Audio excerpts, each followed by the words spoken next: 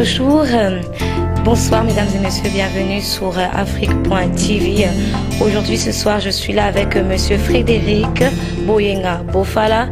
Bonsoir monsieur Frédéric Boyenga Bofala. Bonsoir mademoiselle. Bienvenue sur Afrique.tv. Je vois que vous êtes en forme, en plein de forme et en très bonne énergie, comme j'ai pu le constater depuis tout à l'heure. Qu'est-ce que vous allez dire? C'est quoi votre secret? Oh, mon secret, c'est l'espérance. L'espérance et la force et la volonté qu'on met pour réaliser un projet de toute une nation. Ah, je vois ça. Et quelle sagesse surtout que vous avez, monsieur. La couleur de mes cheveux les disent. Alors, vous êtes président de l'UNIR Mouvement National, professeur, homme politique, avec un parcours que beaucoup de compatriotes connaissent. Qu'est-ce que vous avez à dire sur ce sujet, sur votre travail et sur tous ces titres? Non, il faut quand même recadrer les choses. J'ai enseigné un temps à l'université de Lille, mais depuis, je n'enseigne plus. Je me suis consacré aux problèmes qui se posent aujourd'hui dans mon pays, le Congo, qui est aussi votre pays, il me semble. Donc, depuis là, je n'enseigne plus, mais je suis quand même consultant. Et tout mon temps, je les passe sur les questions concernant la RDC, notamment les solutions pour régler la situation qui prévaut actuellement dans notre pays. Exactement, c'est à ce sujet que je vais vous poser plusieurs questions. Et déjà, je voulais commencer par la première question. Quel est votre état d'esprit aujourd'hui à propos de tout ce qui se passe au Congo, RDC? Oui, mon état d'esprit est un peu double. D'un côté, il y a l'inquiétude, de l'autre côté, il y a quand même l'espoir. L'espoir, c'est du fait qu'aujourd'hui on constate que les Congolais ont pris la mesure de la crise qui déchire notre pays depuis une décennie aujourd'hui. Les Congolais ne sont plus dans cet état de léthargie qui faisait qu'on croyait qu'on ne se souciait pas du Congo. Mais lorsqu'on voit toutes les manifestations, la prise de conscience des peuples congolais, surtout la base, la masse congolaise à l'étranger comme au Congo, de ce côté-là, j'ai l'espoir qu'au Congo naîtra une nation tel que c'est dit dans notre constitution, plus beau qu'avant, un pays plus beau qu'avant. L'inquiétude, c'est lorsque je vois les manipulations dans cette crise qui déchire notre pays, et notamment la situation qui prévaut à l'Est. La situation à l'Est me donne beaucoup d'inquiétude dans la mesure où on sent que les pays impliqués dans cette crise ne donnent pas la volonté, vraiment une bonne volonté, pour voir qu'ils veulent s'acheminer vers une résolution définitive de cette crise-là. Et c'est ça l'inquiétude, et cette inquiétude demande à nous, Congolais, de nous remobiliser sur la base des véritables projets pour contrer ces projets malveillants destinés à détruire notre patrie. Je veux juste vite fait dire au Congo, qu'est-ce que vous avez dit, c'est très intéressant dès le début que le Congo se rend compte enfin que les gens ils se rendent compte qu'enfin il faut se battre pour le Congo, que la situation qu'on est dans une crise. You listen to us. He say, I want just to tell you just a little bit. We have a moment. We're talking about Congo ADC. Now we're talking about Congo ADC. We talk about that we have so much pain in Congo, and the moment it's not very healful. We can say that because in Congo ADC we have so many persons who die in this moment, so many victims, and we are here to talking about this. I can't say everything in English today or in Germany. Ich kann es nicht in Deutsch sagen die ganze Zeit und so. Ich kann es nicht die ganze Zeit Ihnen wiederholen, weil es ist wirklich ein sehr, sehr wichtiger Moment. Und ich werde es heute nur in Französisch reden. Versteht es mich? I'm gonna speak only French today. Please understand it because it's a very, very important interview. Désolé, monsieur, fallait que je dis aux interlocuteurs anglais et allemand clairement qu'on va se concentrer aujourd'hui que au sujet français pour bien bien vous laisser le temps de parler. Pas que je sois à chaque fois dans la traduction, pour bien vous laisser parce que c'est vraiment un sujet très important sur le Congo et plusieurs Congolais, ils veulent savoir qu'est-ce qu'on va faire pour le Congo, quelles mesures sont prises. Et quand vous dites ces personnes qui ne se soucient pas, c'est qui vous pensez qui ne se soucient pas au Congo, au Kinshasa? Non, j'ai dit les Congolais ont pris la conscience, la mesure de la situation qui se passe au Congo. Et vous regarderez à travers les écrits des Congolais, à travers les manifestations, à travers tout. Si aujourd'hui notre pays n'éclatera pas, c'est grâce à la volonté populaire. C'est à la volonté de notre peuple qui a pris conscience que notre pays, nous en avons un, il demeurera un, le Congo. Mais c'est vrai qu'à côté de ça, il y a des pays avec lesquels nous sommes en belligérance.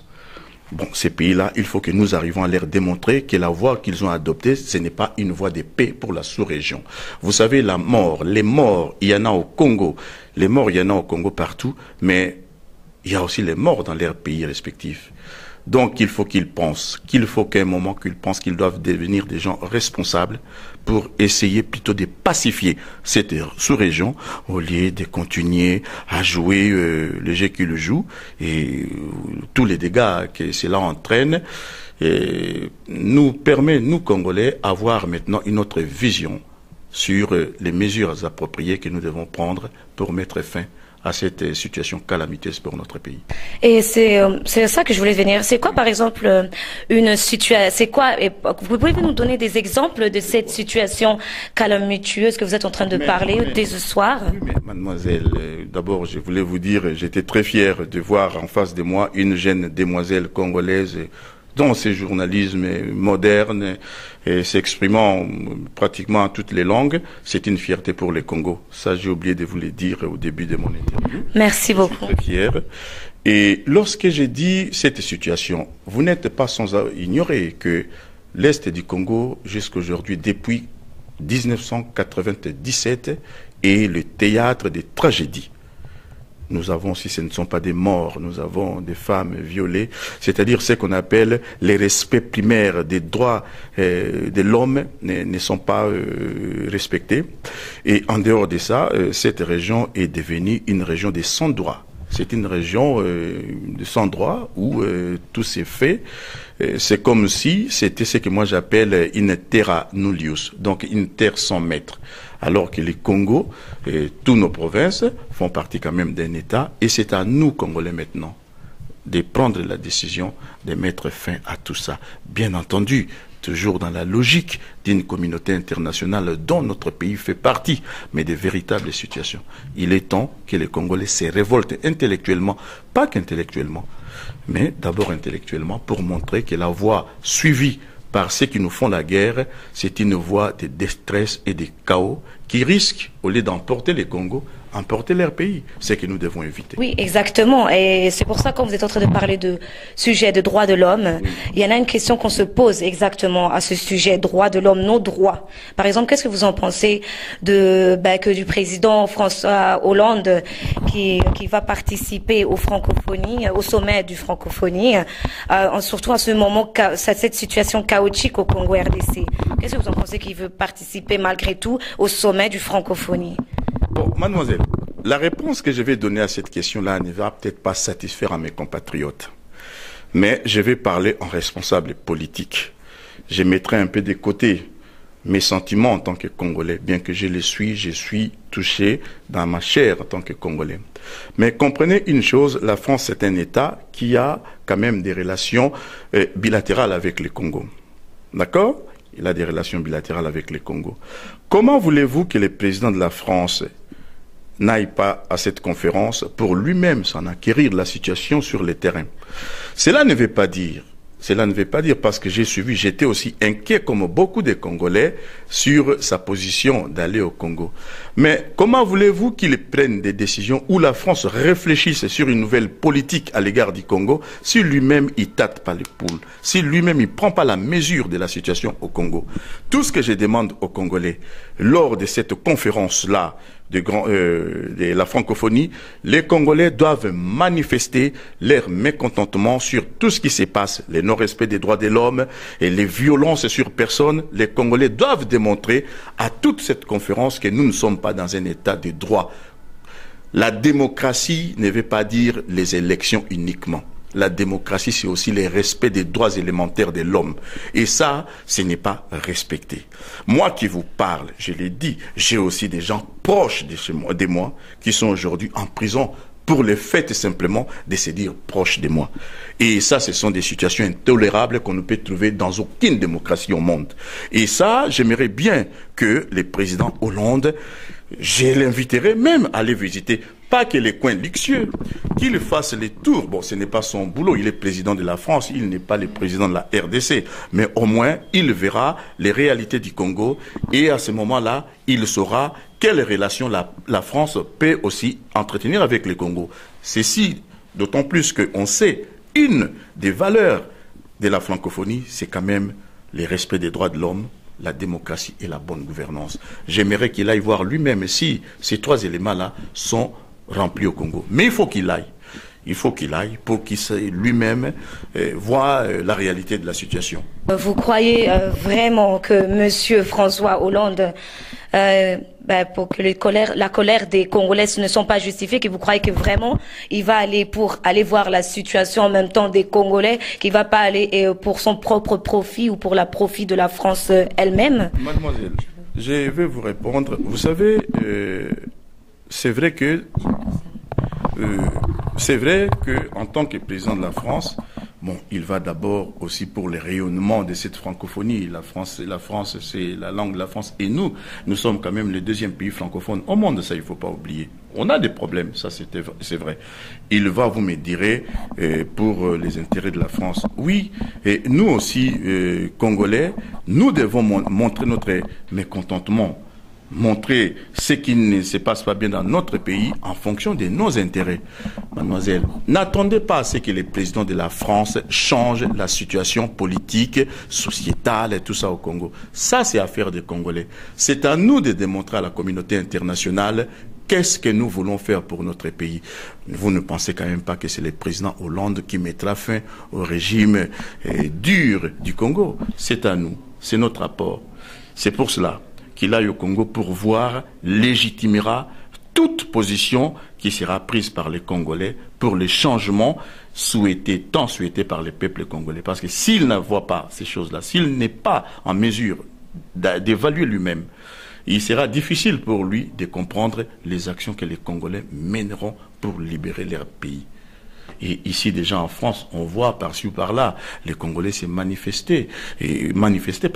Ça prouve déjà une prise de conscience. En allant là-bas, il trouvera aussi les Congolais qui sont sur place, qui vont lui montrer effectivement que nous ne sommes pas dans une situation d'un État. Le Congo est dans une situation de non-État. Et mon souci est qu'il aille quand même à l'arrière-pays de Kinshasa. Mais, je vous dirais, je n'attends pas que les présidents français se substituent aux Congolais. C'est notre problème. La communauté internationale, aujourd'hui, nous a donné des éléments qui nous permettent d'organiser nos actions. Mademoiselle, souvenez-vous, lorsqu'il y a eu élection en 2006, vous ne trouvez jamais une organisation non gouvernementale ou n'importe quelle organisation qui a dénoncé les tricheries. Et pourtant, on sait qu'il y en avait. Ils l'ont pas fait. Et vous avez vu, durant cette période-là, rares sont les organisations qui ont critiqué la violation des droits de l'homme. Et encore plus, qu'il ait cru que la communauté internationale commencera à mettre le Rwanda au banc des nations. C'est-à-dire aujourd'hui, il y a une évolution. Maintenant, c'est à nous, Congolais, de laisser de côté des problèmes futiles pour nous en tenir à un seul objectif, à une seule mission salutaire, la libération de notre pays. Nous devons libérer notre pays de tous les freins qui l'empêchent à décoller. Ça, il faut le faire. Mais ce ne sont pas, cette conférence-là n'est pas là pour aider les Congolais à mettre fin à la crise, mais ça va permettre aux décideurs de ce monde, notamment le nouveau président français, de voir lui-même, et je sais que ça sera difficile pour lui, mais au moins, lorsque les Congolais décideront d'agir autrement, ce serait en fonction de ce qu'il a vu. Il a déjà entendu. Les rapports, il les a. Donc cette fois, laissez-lui aller tâter sur le terrain. Et puis on verra la suite. Mais les Congolais ne dormiront pas. Nous allons faire en sorte que d'ici là, les choses changent dans notre pays. Mais on sait que, je crois que la plupart des Congolais, la question qui se pose, c'est pas que si François Hollande va aller sauver notre pays, non. Ils se posent la question, en fait, qu'est-ce qui va les apporter, la francophonie au Congo? Et à quoi, ça va leur servir quoi exactement? C'est ça la question que plusieurs Congolais se posent. Si ça va pas plutôt être quelque chose de négatif pour le Congo RDC. Si le président français était parti au Congo, en dehors de ces cadres-là qui est la francophonie, aller dans les cadres d'une relation bilatérale, bon, je crois qu'il se contredirait par rapport à ce qu'il avait dit pendant les élections, qu'il voulait traiter les problèmes africains autrement. Mais là, il part dans le cadre d'une conférence où ce n'est pas une conférence entre la RDC et la France. Il y a d'autres pays qui font partie de cette francophonie, des pays asiatiques et d'autres pays. Je vais préciser, je ne suis pas en train de défendre là l'idée selon laquelle la présence du président français serait une forme de légitimation du pouvoir de Kinshasa. Je ne pense pas. Je pense simplement que les Congolais doivent épuiser tous les voies de recours. C'est-à-dire, il me semble que cette fois, le président français ira au Congo, il le verra. On n'attend pas de lui qu'il change des choses.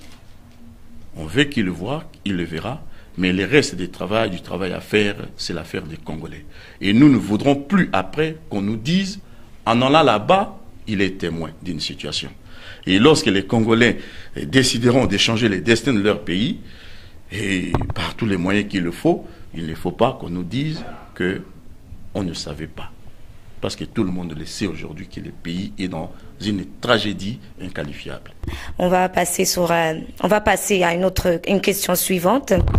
Par exemple, qu'est-ce que vous pensez exactement c'est quoi votre impression sur Monsieur Paul Kagame? Qu'est-ce que vous en pensez? Parce qu'il donne l'impression, il fait qu'est-ce qu'il veut. Et qu'est-ce que vous en pensez du retour des bataillons des soldats rwandais? Vous en pensez quoi, vous, exactement? Ce que je dirais au président rwandais, je crois que il fait une mauvaise lecture de l'histoire. Vous savez, nous avions chez nous, de 65 à 97, un président qui était aussi adulé par la communauté internationale. Je ne vais pas aujourd'hui parler du mal de lui, mais vous avez vu ce qui est arrivé après au Zaïre. Le président Kagame n'est pas dans l'impunité. Tout ce que je demande, c'est que il est dans un processus qui est aujourd'hui mis à nu par les organisations internationales, par la communauté internationale. Ça, il faut dire, il y a quand même le travail des Congolais qui commence là à donner des fruits. Mais s'il était responsable, parce que s'il est responsable et il pense à l'avenir de son pays, il pense vraiment qu'une animosité entre les Congo et les Rwandais sera au bénéfice du Rwanda. Ça, c'est une mauvaise lecture de l'histoire de sa part. Qu'il revoie l'histoire.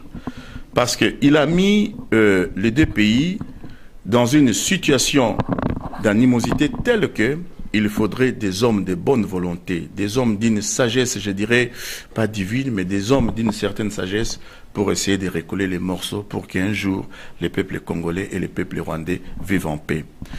J'appelle surtout aux populations rwandaises de faire attention. La politique qui est menée aujourd'hui par leur pays, c'est une mauvaise politique, une politique qui risque de les emporter eux aussi. Je cherche à comprendre, mademoiselle.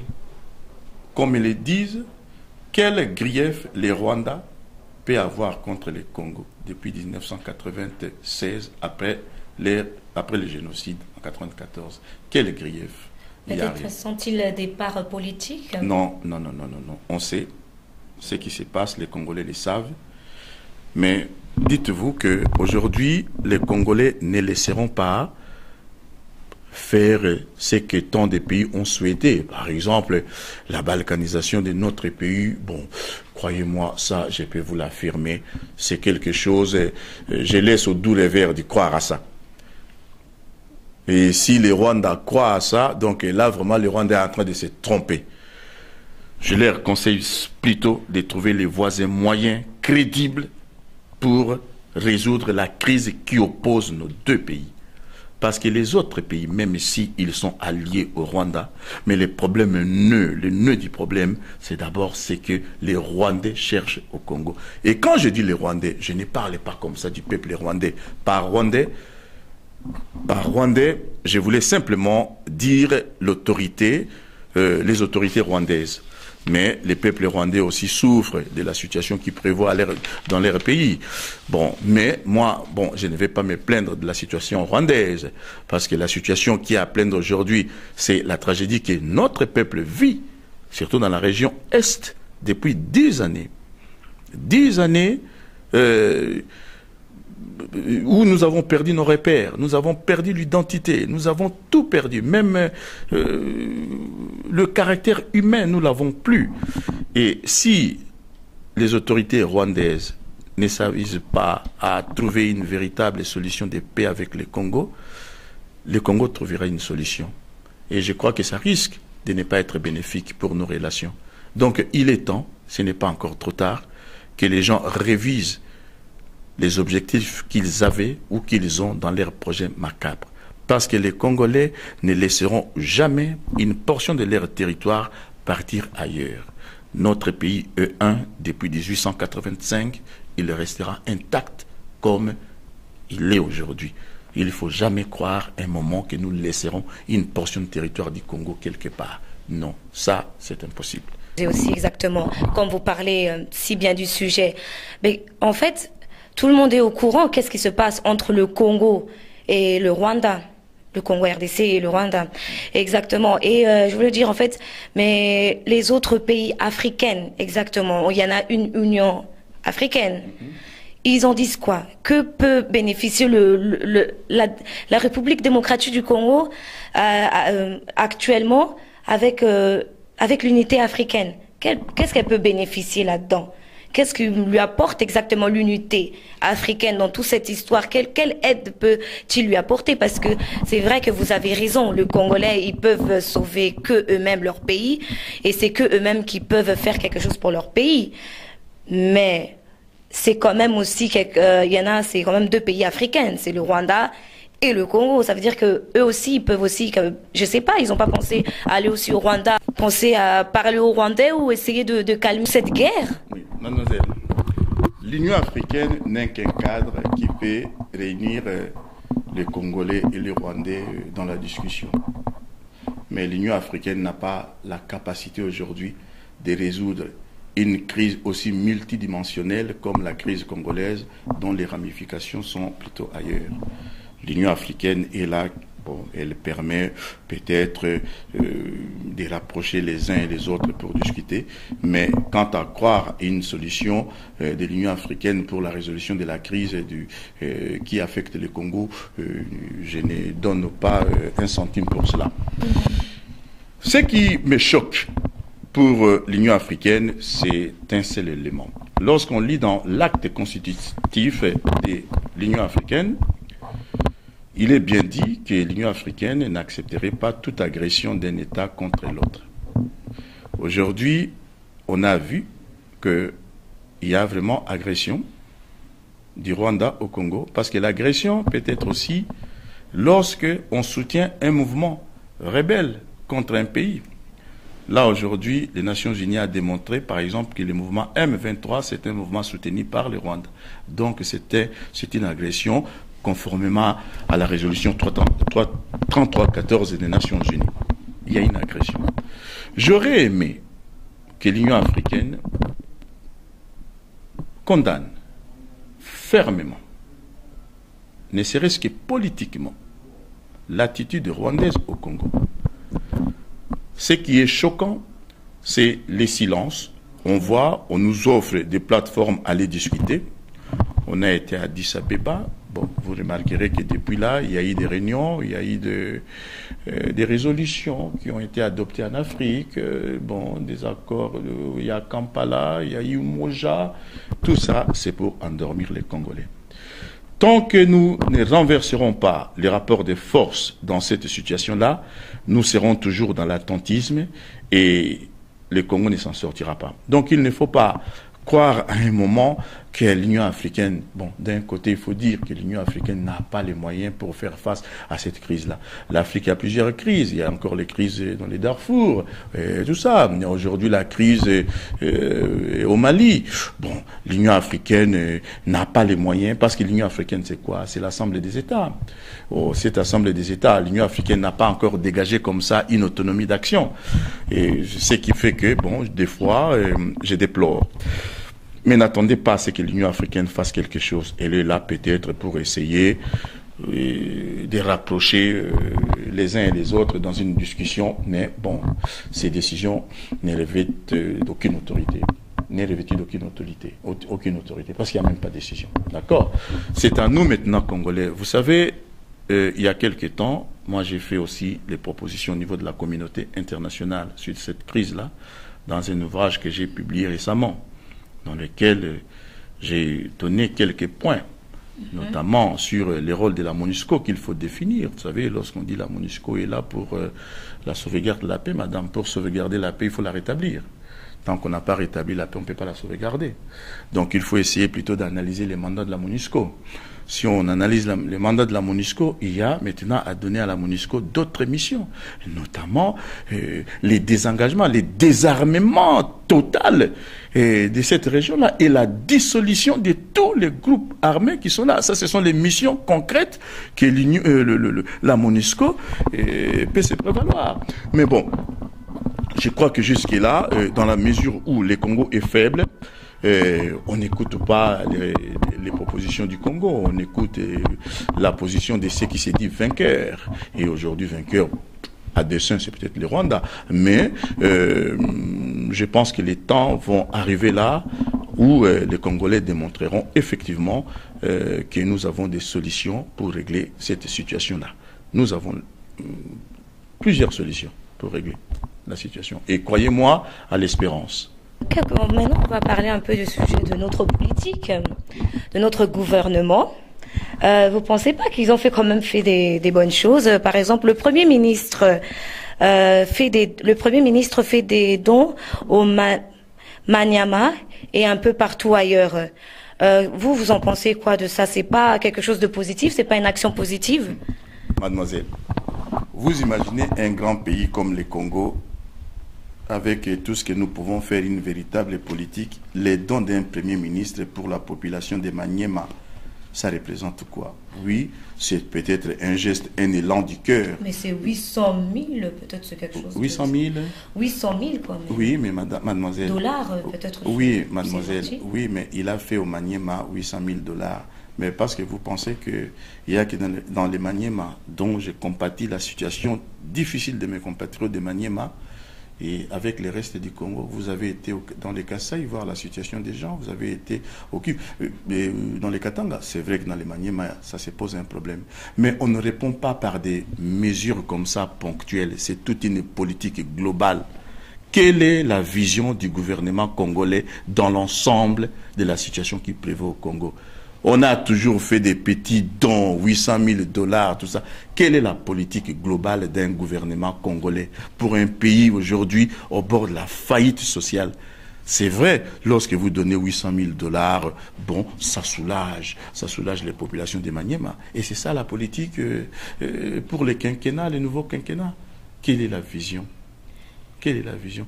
Qu'est-ce qu'il dit, lui, de la vraie situation avec les Rwandais? Je vous dis, on a demandé aujourd'hui à la RDC de livrer à la justice internationale M.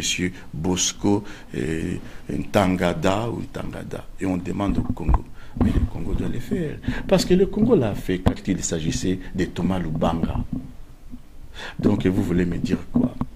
Donc lorsqu'il s'agit d'une personne qui ne se revendique pas des Banyamulenge, lui, on va les livrer. Et lorsqu'on se dit on est Banyamulenge, on ne les livre pas. Le Congo doit démontrer effectivement sa coopération, même si nous, on prenait l'initiative dans notre justice à juger ces gens-là, je comprendrais. On a livré les Thomas Lubanga, on doit aussi respecter le mandat qui a été lancé contre ces groupuscules-là qui sèment la terreur au Congo et livrer ces gens-là.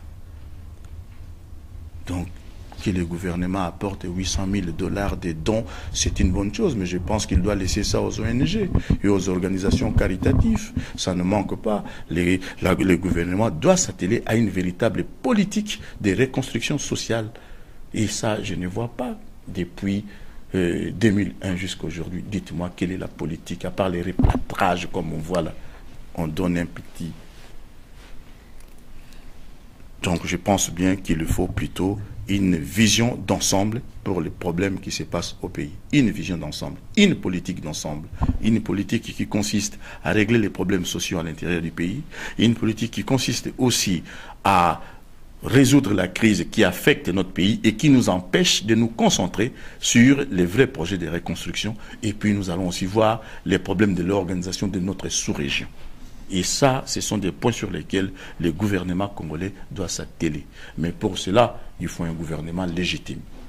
Bientôt à notre fin de notre émission. Mais j'ai une dernière question quand même à vous poser. Comme vous avez prononcé tout à l'heure le nom d'un compatriote politique, c'est ça? On va...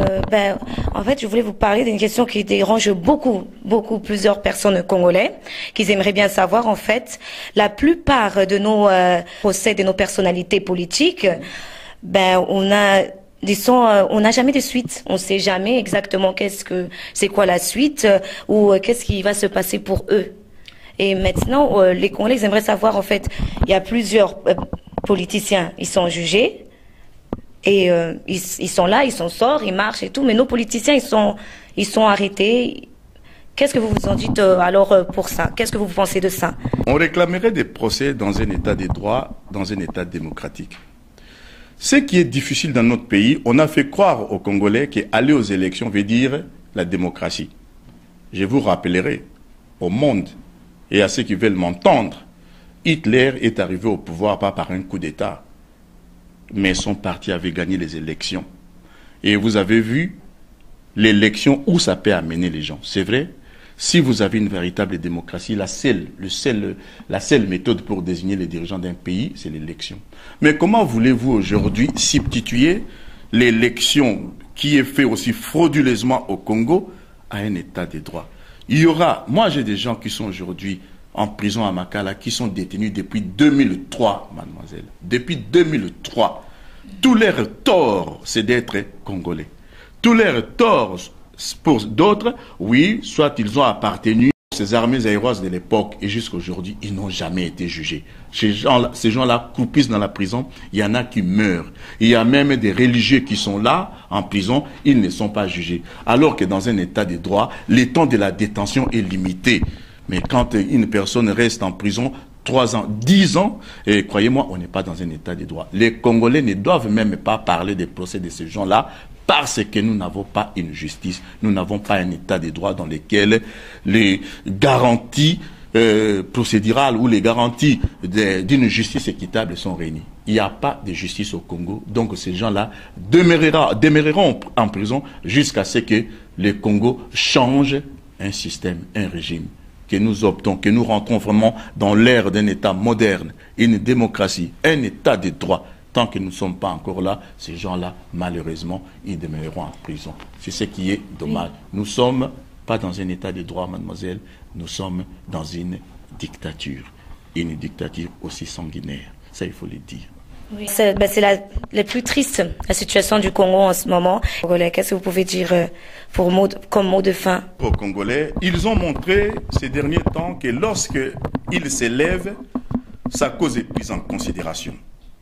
Les Congolais se sont levés en Europe, partout ailleurs, pour démontrer qu'ils n'aimaient pas ce qui s'est passé dans leur pays et la communauté internationale a suivi. Donc nous ne devons pas perdre l'espoir et je dirais même l'espérance. Mais si nous voulons un changement, les changements ne viendront pas par la force de l'extérieur, mais par nous-mêmes, comme les Congolais l'ont démontré. Nous n'allons pas perdre l'espoir. Engageons-nous plutôt à une véritable action que je dirais salvatrice pour notre pays. Et j'ai toujours dit, tous les moyens sont bons, ne pas s'en servir, c'est vraiment ce que moi j'appelle une trahison patriotique. Merci. Tous les moyens sont bons. Et la Constitution du Congo nous permet de changer beaucoup de choses dans notre pays. Merci beaucoup. Merci à vous et je vous souhaite surtout bonne carrière.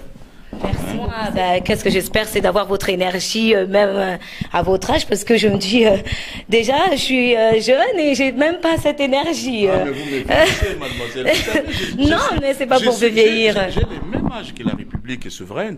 Bon, c'est vrai que, bon, avec ma tête aussi blanche, j'ai 52 ans, pour ceux qui ne savent pas.